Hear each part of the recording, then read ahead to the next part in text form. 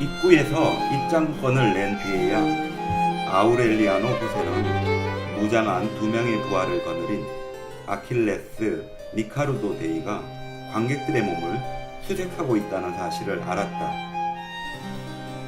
이 점을 알아두시오 대위. 아우렐리아노 후세가 경고했다. 어느 누구도 함부로 내 몸에 손을 댈 수는 없소. 그러나 대위는 강제로 그의 몸을 수색하려 했다.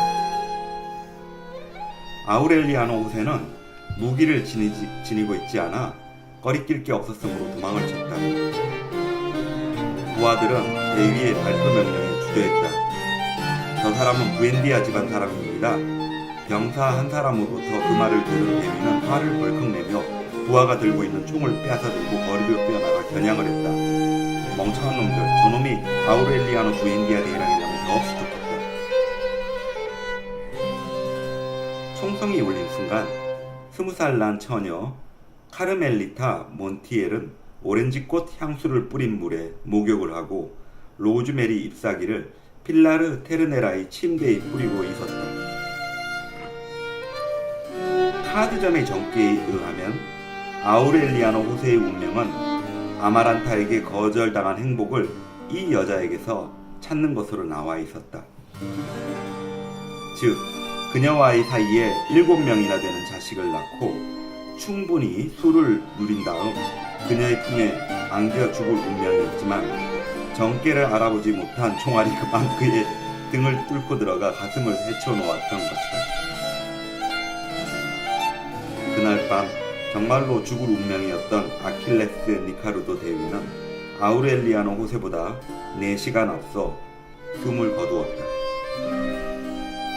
아우렐리아노 호세를 향해 그가 방아쇠를 당긴 것과 거의 같은 순간에 어디에서 날아왔는지 알 수 없는 두 발의 탄환이 그를 쓰러뜨렸던 것이다. 군중들의 환호가 밤하늘을 흔들었다. 자유당 만세, 아우렐리아노 부엔디아 대령 만세. 몸에서 흐르던 피가 멎었을 때 아우렐리아노 후세는 숨을 거두었다. 카르멜리타 몬티엘이 자기의 앞날을 예언한 카드점의 정계가 빗나가 버렸다는 사실을 깨닫게 된 밤 12시에는 400명이 넘는 군중들이 극장 앞에 모여들어 아킬레스 니카루도 대위의 시체에 권총을 쏘아댔다. 무수한 탄환이 박혀 무거워진 데다 물에 불어 터진 빵처럼 너덜거리는 시체를 치우기 위해서는 군인들이 손수레를 끌고 와야만 했다. 정부군의 부당한 행위에 화가 난 호세 라프엘 몽카다 장군은 정치적인 영향력을 동원하여 다시 군복을 입고 마콘도의 행정 및 군사권을 장악했다. 그러나 그는 자신의 유화 정책으로는 반드시 일어나고야 말 앞날의 사태를 막기에는 역부족이란 것을 절감하고 있었다. 9월이 되자 엇갈린 온갖 소식들이 밀려들었다.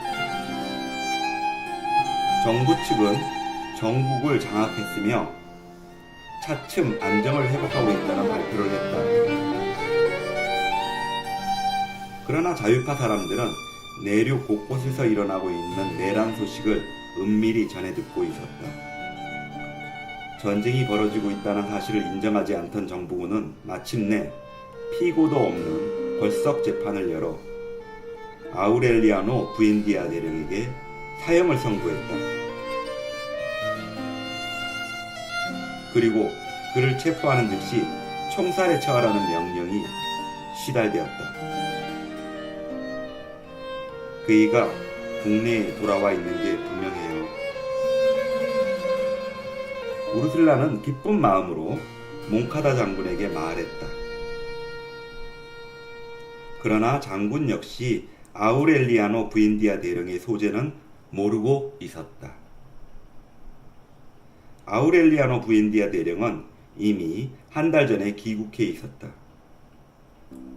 그 무렵에는 그와 같은 장소에 여기저기 나타났다는 식의 종잡을 수 없는 소문이 무성했기 때문에 몽카다 장군은 그가 해안 지방의 두 주를 장악했다는 정도의 공식적인 발표가 있기까지는 그의 귀국을 반신반의하고 있었다. 축하합니다. 그는 우르슬라에게 전보를 보여주면서 말했다. 그가 곧 이곳에 도착한다고 보며 우르슬라는 그가 처음으로 걱정이 되었다. 그렇게 되면 장군은 어쩌시렵니까? 우르슬라가 물었다. 이 물음은 몽카다 장군이 자기 자신에게 수없이 했던 것이기도 했다. 대령과 똑같은 행동을 취하겠죠? 제게 주어진 임무를 충실히 이행하려고요.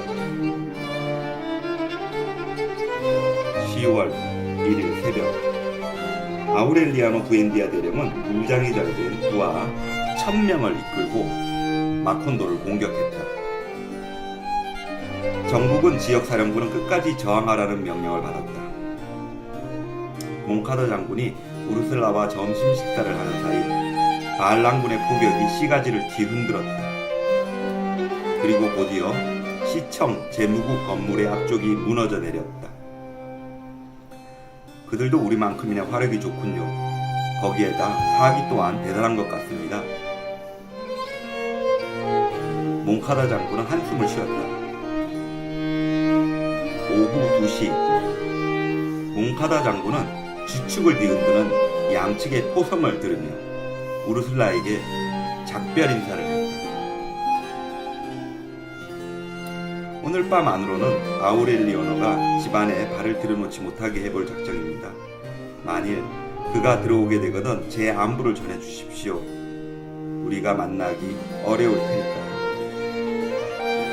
그날 밤 몽카다 장군은 아우렐리아노 부엔디아 대령 앞으로 편지를 남기고 마콘도를 탈출하려다 체포되고 말았다. 편지의 내용은 우리는 다같이 전쟁을 인간적으로 수행하려고 노력한 사람이라는 것과 아우렐리아노 부엔디아 대령의 부대가 양측의 부패한 직업군인과 정치가들의 야망에 맞서 통쾌한 승리를 거두기를 바란다는 것이었다.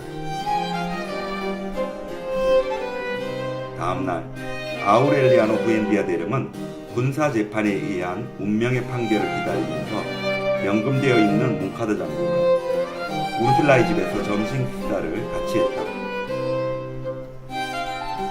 그들은 온화한 분위기를 유지한 채 즐거운 식사를 했다. 적이면서도 지난 일들을 다정한 웃음을 지으며 얘기하는 그들을 보며 우르슬라는 이들이 침략자라는 생각이 들어 우울했다. 그녀의 씁쓸한 기분은 아우렐리아노 부엔디아 대령이 군인들을 이끌고 와서 위험이 없다는 사실을 확인할 때까지 침실을 샅샅이 뒤지는 순간부터 들었었다. 그의 부하들이 침실을 뒤엎는 행동을 묵인하였으며 오히려 철저한 수색을 명령했다. 그리고는 집 주위에 보초를 세워 엄중한 경비를 하게 했고 우르슬라를 제외한 누구라도 자기 가까이 접근하지 못하도록 했다. 그는 계급장이 붙어 있지 않은 평범한 군복을 입고 진흙과 피가 말라붙은 박차가 달린 긴 장화를 신고 있었다. 가슴에는 케이스가 있는 권총을 차고 있으며 긴장감으로 번뜩이는 그의 날카로운 시선은 언제라도 권총을 빼내 쏘아버리겠다는 의지가 담겨 있었다. 이미 깊숙이 벗겨진 이마는 오븐에 넣고 천천히 구워낸 것처럼 보였다. 카리브해의 해풍에 달렸던 그의 얼굴은 새부지처럼 굳어 있었다. 그는 냉정함이 간직된 강인한 정신력으로 늙음마저도 극복하고 있는 것 같았다. 그는 마을을 떠날 때보다도 키가 더 자랐으며 얼굴빛이 파스해진 데다 광대뼈가 튀어나와 향수에 젖어있는 분위기를 풍겼다. 이럴 수가. 우르슬라는 혼자 중얼거렸다. 이제 무슨 짓이라도 저지를 사람 같구나.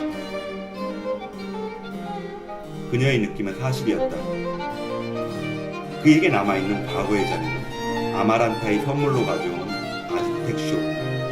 점심을 먹으면서 옛일을 회상하는 모습, 사람들에게 재미있는 경험담을 들려주는 표정에 조금 비칠 뿐이었다.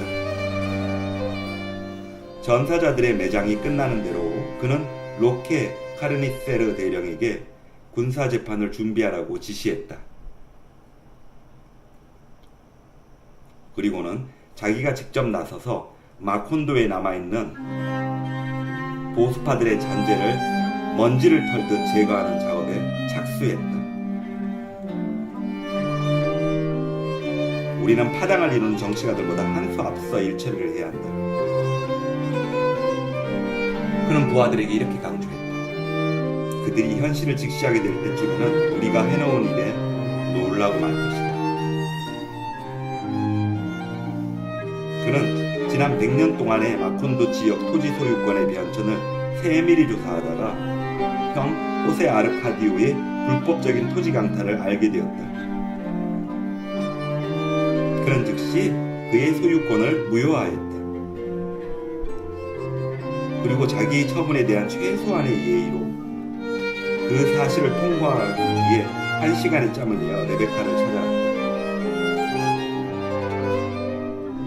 한때 그에게 많은 사랑을 받았고 그의 생명을 구해주기도 한 그 미망인은 과거 속에 머무는 존재처럼 을씨년스러워 보이는 집에서 고독하게 살고 있었다. 그녀는 발끝에서부터 머리끝까지 온몸을 검은 옷으로 가리고서 싸늘히 식어버린 재화 같은 마음을 간직한 채 전쟁이 일하는지조차 모르는 생활을 하고 있었다. 아우렐리아노 부엔디아 대령은 레베카의 뼈가 살갗을 뚫고 나와 인광을 발산하며 아직도 화약 냄새가 가시지 않고 있는 공기 속을 도깨비 불로 떠다니며 살고 있는 것 같은 인상을 받았다. 그는 먼저 그녀에게 슬픔을 거두고 지방 공기를 신선하게 바꾸고 호세 아르카디오의 죽음과 연관된 사람들을 용서하라고 당부했다. 그러나 레베카는 이미 그런 사소한 일상 따위는 염두에 두고 있지 않았다. 맨 처음에는 흙의 맛에 현혹되었고 다음에는 피에트로 크레스피의 향수 냄새 나는 편지에 빠져들었으며 호세 아르카디오의 침대에서 뒹굴며 맛본 쾌락의 순간을 떨쳐버린 그녀는 이제 모든 과거의 추억을 현실인 것처럼 느끼면서 외부와 단절된 그녀만의 공간 속에서 마음의 평화를 얻고 있었다. 등나무 흔들의자에 앉아 레베카는 과거로부터 돌아온 망령은 자기가 아니라 바로 당신이라는 표정으로 아우렐리아노 부엔디아 대령을 맞았다. 그리고 호세 아르카디오가 강탈한 토지를 모두 본래의 소유자들에게 돌려주겠다는 얘기를 듣고도 전혀 놀라지 않았다. 하시고 싶은 대로 하세요, 아우렐리아노. 레베카는 한숨을 내쉬었다. 전부터 그렇게 생각하고 있었지만 지금처럼 당신이 배신자라는 생각이 들기는 처음이에요.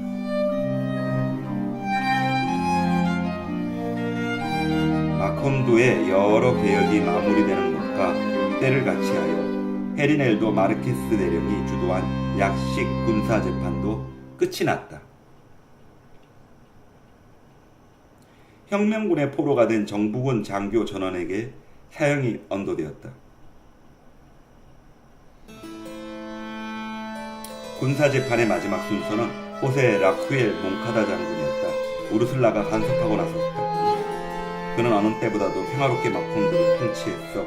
그녀는 아우렐리아노 부엔디아 대령에게 말했다. 내가 말하지 않는다 해도 너는 잘 알고 있을 거다. 그의 심성이 얼마나 고우며 우리 집안 식구들을 얼마나 잘 대해주었는지. 아우렐리아노 부엔디아 대령은 불쾌하다는 표정으로 말했다. 재판은 나로서도 마음대로 간섭할 수가 없으나 하고 싶은 말이 있으면 재판장에 가서 하도록 하세요. 우르슬라는 마콘도에 살고 있는 혁명군 장교의 아내 어머니들을 총동원하여 재판장으로 가서 몽카다 장군을 변호하기 위한 증언을 했다. 험난한 산을 넘어와 마콘도를 개척했던 용사의 어머니들은 차례로 나서서 몽카다 장군의 업적에 대해 이리 닳도록 찬사를 보냈다. 우르슬라가 마지막 순서를 장식했다. 그녀의 당당한 기품이 드러나는 태도와 그녀의 이름이 떠받치는 권위, 그리고 모든 사람의 마음을 사로잡는 열변은 재판장의 분위기를 혼돈으로 몰아탔다. 여러분은 그동안 여러분에게 부여된 임무를 성실히 이행해왔습니다. 이 무섭고도 엄청난 일을 놀라운 진지함과 의무감으로 냉정하게 처리해온 것입니다. 우르슬라는 재판관 모두를 향해 말했다. 하지만 우리의 목숨이 꺼지지 않는 한 명심해 두어야 할 게 있어요. 우리는 당신들의 어머니라는 사실을 말입니다.